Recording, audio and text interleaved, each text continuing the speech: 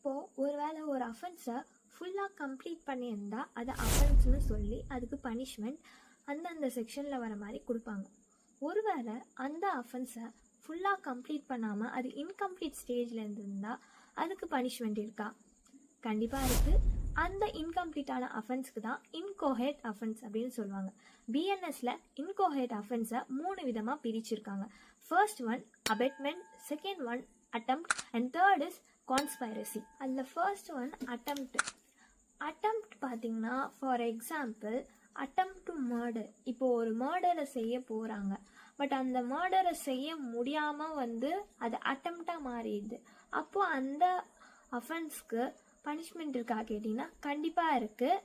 And then second one அபெட்மெண்ட்னா நம்மளே போய் செய்கிறது கிடையாது, ஒருத்தவங்களை தூண்டுறது.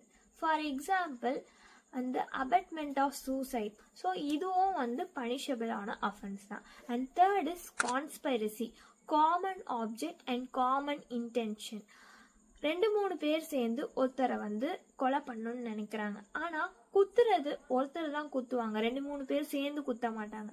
ஸோ இதுவும் பனிஷபிள் அஃபென்ஸ் தான். ஸோ இந்த 3 அஃபென்ஸுமே பிஎன்எஸ்ல என்ன அஃபென்ஸை சொல்கிறாங்கன்னா இன்கோஹேட் அஃபென்ஸ் அப்படின்னு சொல்கிறாங்க. And it is punishable under BNS.